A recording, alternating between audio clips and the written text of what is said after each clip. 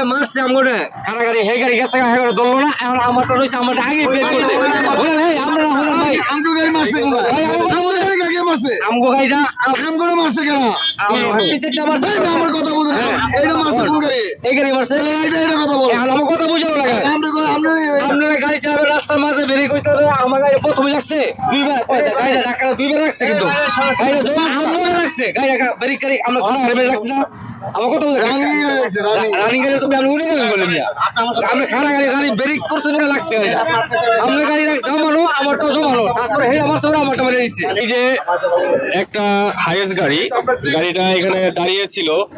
হ্যাঁ ওনাদের ভাষ্য মতে এই গাড়িটা পিছন থেকে এসে এই অনন্যা গাড়িটা এটা পিছন থেকে এসে ধাক্কা দিয়ে এই অবস্থা করছে গাড়িটার। করেন উনি হচ্ছে প্রাইভেটটা রাস্তার মাঝখানে আমার নাম রিফাত বাবু আপনি এখানে কি? আমি এখানে সুপারভাইজার জি আচ্ছা, আমরা সুপারভাইজারের কাছ থেকে শুনবো। সুপারভাইজার রিফাত সাহেব উনি কি বলে ওনার কথাটাকে শুনে তারপর ওনাদের কথা শুনবো।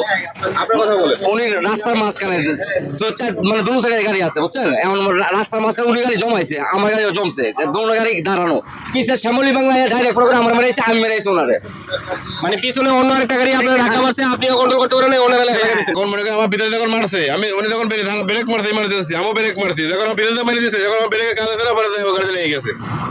আপনার ব্রেক কাজ করে নাই? আমার ব্রেক কাজ করছে আমি হাত ব্রেক করছি ব্রেক করে আমার গাড়ি জমে গেছে পরে উনি যখন ভিতরে গাড়ি মেরে দিয়েছে তখন গাড়ি যাবে লেগে গেছে। সিলিন্ডার থাকে, গ্যাস সিলিন্ডার থাকে, তো আর একটু জোরে লাগলে হয়তো বা সিলিন্ডার ফাইটা এই গাড়িও ধ্বংস হয়ে যেতে পারতো। তো আমরা এতক্ষণ ওনাদের সাথে কথা বলার চেষ্টা করেছি, ওনাদের কাছ থেকে জানতে চেয়েছি এখানে কি ঘটেছিল। ড্রাইভার বলছে যে সে গাড়ি ব্রেক করেছিল কিন্তু পিছন থেকে শ্যামলীর একটা গাড়ি এসে ধাক্কা মারার কারণে সে কন্ট্রোল করতে পারেনি এবং সেই গাড়ির ধাক্কার কারণে তার গাড়ি এসে এই গাড়িকে ধাক্কা দিয়ে। তো এখন আমরা ওই ড্রাইভারকে তাদের মালিক কোম্পানির যে মালিক আছে তাদেরকে ফোন দেওয়ার কথা বলেছি এবং তাদের বলেছি যে এসে এটা সমাধান করার জন্য।